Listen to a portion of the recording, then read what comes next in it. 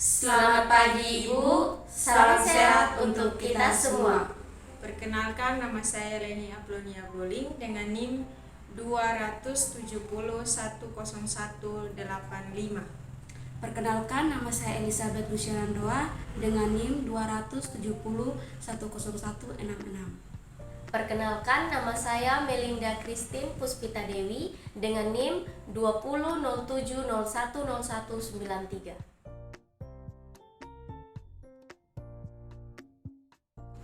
Baik, yang pertama saya akan menjelaskan tentang tutorial membuat kuesioner.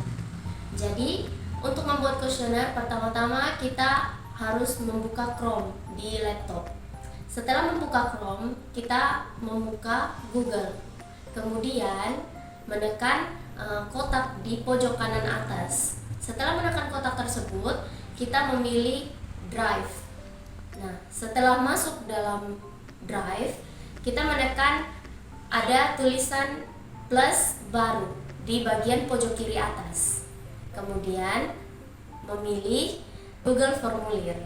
Nah, setelah masuk di dalam form Google Formulir, kita mengisi judul formulir terlebih dahulu serta deskripsi dari formulir tersebut. Nah, deskripsi dari formulir tersebut itu berisi siapa yang membuat formulir dan apa tujuan dia membuat kuesioner tersebut. Di judul formulir yang kami isi adalah hubungan persepsi tentang bahaya merokok dengan perilaku merokok pada anak kos Jahimo dan kos junior. Nah, setelah mengisi judul formulir dan deskripsi dari formulir tersebut, kita mulai untuk mengisi pertanyaan-pertanyaan dari kuesioner yang kita buat. Nah, sebelum mengisi pertanyaan-pertanyaan dari kuesioner tersebut, kita harus mengisi identitas dulu. Jadi di dalam identitas ini ada nama, umur, dan jenis kelamin. Nah, setelah mengisi pertanyaan-pertanyaan tentang identitas tersebut, kita lanjut ke dalam pertanyaan dalam kuesioner. Nah, dalam kuesioner kami membuat 10 pertanyaan yang dibagi atas 2 sesi. Yang sesi pertama itu terkait dengan pengetahuan dan sesi kedua terkait dengan perilaku. Untuk sesi yang pertama yaitu pengetahuan, di sini berisi 5 pertanyaan. Nah, kemudian kita mengisi 5 pertanyaan yang sudah kita buat. Setelah kita mengisi 5 pertanyaan, kita lanjut ke sesi kedua. Untuk lanjut ke sesi kedua, kita memilih ada beberapa pilihan di sebelah kanan dari judul. Kita memilih yang bagian bawah. Setelah mengklik itu, kita berpindah ke sesi kedua. Sesi kedua adalah perilaku. Nah, pertanyaan tentang perilaku terdapat 5 pertanyaan. Kemudian kita mengisi ke-5 pertanyaan tersebut. Setelah setiap pertanyaan selesai diisi dalam Google Form yang kita buat, pastikan setiap pertanyaan telah dicentang untuk wajib diisi. Kemudian, setelah membuat pertanyaan tersebut, kita mengklik setelan di sebelah kanan dan klik pengaturan untuk menjadikan kuesioner tersebut sebagai kuis. Setelah semuanya selesai, klik kirim, lalu salin tautan. Setelah tautan disalin, kirimkan ke setiap sosial media yang kita punya, baik itu grup WA atau Facebook dan lain sebagainya, untuk diisi oleh responden. Kemudian, untuk mengetahui jawaban yang telah diisi oleh responden dari kuesioner yang kita buat, kita tinggal mengklik link kuesioner yang sudah kita bagi. Kemudian, setelah masuk di dalam link tersebut, kita mengklik jawaban untuk melihat jawaban-jawaban dari responden yang sudah mengisi kuesioner kita. Baik, setelah kita mendapatkan jawaban dari responden, berikutnya kita akan mengolah datanya. Dalam mengolah datanya ini, kita menggunakan aplikasi Google Spreadsheet. Dalam aplikasi Google Spreadsheet ini, cara membuatnya itu kita masuk dalam Google Drive, pilih bagian ujung kiri, tambah baru itu, tekan baru dan pilih aplikasi spreadsheet. si habis menekan aplikasi spreadsheet, dia sudah masuk ke tampilannya. Setelah itu kita kasih masuk datanya seperti nama, jenis kelamin, umur, dan pertanyaan-pertanyaannya, jawaban dari pertanyaan-pertanyaannya. Dari pertanyaannya itu kami memberikan kode. Seperti P1 itu pertanyaan 1, P2 pertanyaan 2, P3 pertanyaan 3, dan seterusnya. Untuk P1 sampai P5 itu untuk pengetahuan, dan P6 sampai P10 itu untuk perilaku. Masukkan itu kita masukkan skor dari setiap jawaban yang diberikan oleh responden. Seperti pengetahuan, yaitu sangat setuju itu 4, setuju itu 3, tidak kurang setuju itu 2, dan tidak setuju itu 1. Habis dari pengetahuan kita masuk ke perilaku. Perilaku itu tidak pernah 1, jarang 2, kadang-kadang 3, dan sering 4. Setelah kita mengisi semuanya, kemudian kita masuk ke step berikutnya, yaitu tekan bagian bawah tambah, masuk ke step kedua. Step kedua itu kita memasukkan jumlah skor dari setiap responden, yaitu pengetahuan dan perilaku. Dari hasil dari setiap responden ini kita masukkan dalam 3 diagram. Itu diagram batang, yang kedua diagram garis, dan yang ketiga diagram P. Setelah itu kita akan membuat kategori dari setiap hasil yang telah di-input, yaitu dari 5 sampai 15 itu baik, 16 sampai 20 kurang baik untuk pengetahuan. Untuk perilakunya 5 sampai 10 baik, 11 sampai 20 kurang baik. Baik, setelah kita memasukkan skor dari tiap jawaban yang diberikan oleh responden, selanjutnya kita menghitung jumlah skor dari setiap responden. Jadi di bagian pengetahuan itu kan ada sangat setuju sampai kepada tidak setuju. Nah, itu kita jumlahkan semua dari 5 pertanyaan itu. Begitu juga dengan perilaku. Setelah semuanya sudah diisi, dan selanjutnya kita akan membuat diagramnya. Nah, pertama-tama terlebih dahulu kita klik di bagian atas, itu ada kata sisipkan. Nah, kita klik di bagian situ, kemudian kita pilih diagram. Dan di situ ada berbagai jenis pilihan. Nah, kita pilih yang bagian diagram. Kemudian dia akan muncul seperti ini.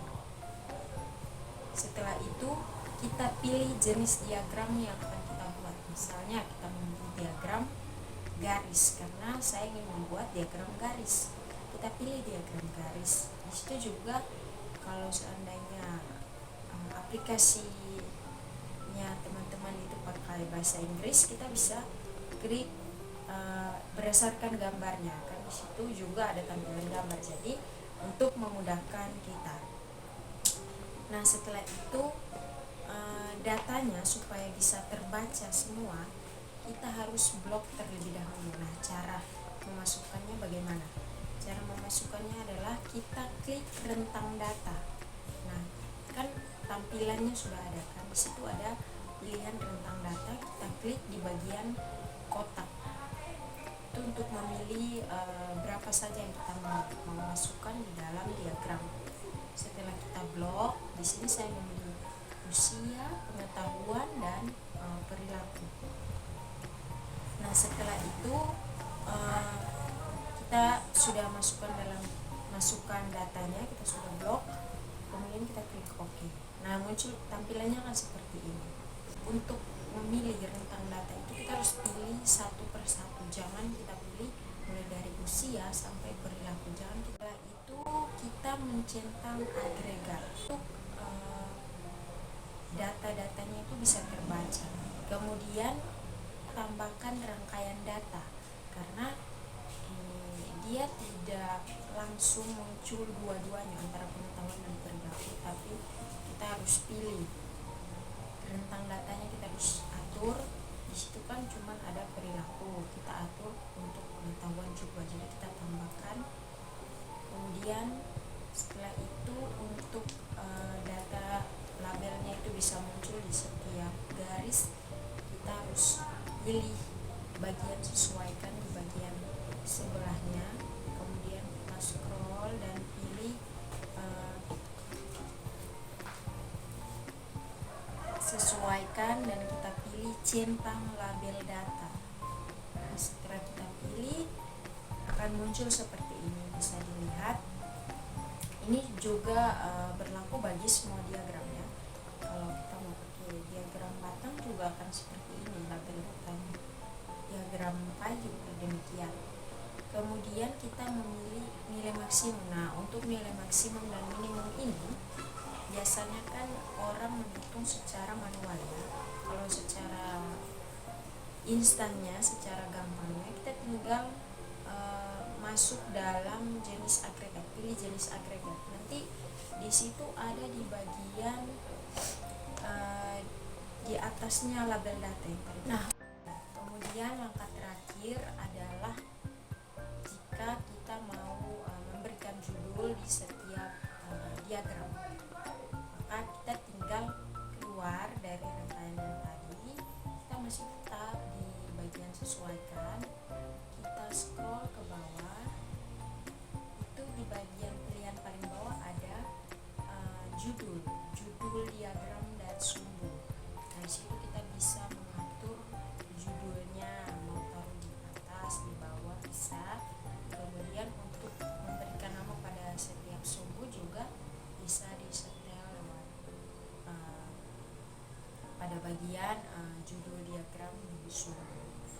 Nah, demikian ini juga berlaku untuk semua diagram ya, baik diagram garis dan diagram pie. Nah, setelah membuat diagram garis, kita masuk kepada diagram batang.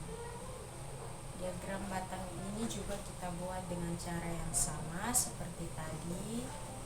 Kita klik rentang datanya, pilih, kemudian pilih sesuaikan, centang label datanya, centang jenis agregatnya. Setelah itu kita masukkan judulnya di bagian judul diagram dan sumbu, masukkan judul sumbunya juga apa. Setelah itu untuk diagram pie, kami kelompok tidak menggabungkan antara dua komponen atau dua variabel, pengetahuan dan perilaku, tetapi kami memisahkan. Jadi ada diagram pie-nya pengetahuan dan diagram pie-nya perilaku, karena menurut kelompok kami sangat susah untuk dibaca dalam bentuk pie. Kalau dalam bentuk garis dan batang bisa dibaca, tetapi untuk pie ini menurut kelompok kami sangat susah.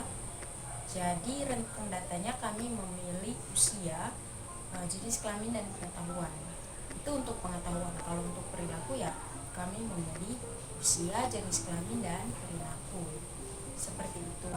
Membaca berapa jenis kelamin, berapa saja laki-laki dan perempuan yang menjawab pengetahuan dengan benar, atau jumlah responden yang menjawab pengetahuan, itu kita bisa klik pada bagian yang seperti di diagram garis, yaitu tambahkan rangkaian untuk mengetahui laki-laki dan perempuan yang terlibat dalam pengisian kuesioner atau responden. Nah, seperti itu. Nah, munculnya akan seperti ini. Nah, ketiga set ini sudah kami buat, mulai dari kuesioner, juga bisa dilihat ada pengisian data mentahnya, kemudian data yang sudah diolah, kemudian pada diagramnya. Ini ada beberapa diagram yang sudah kita sama-sama olah, bisa dilihat.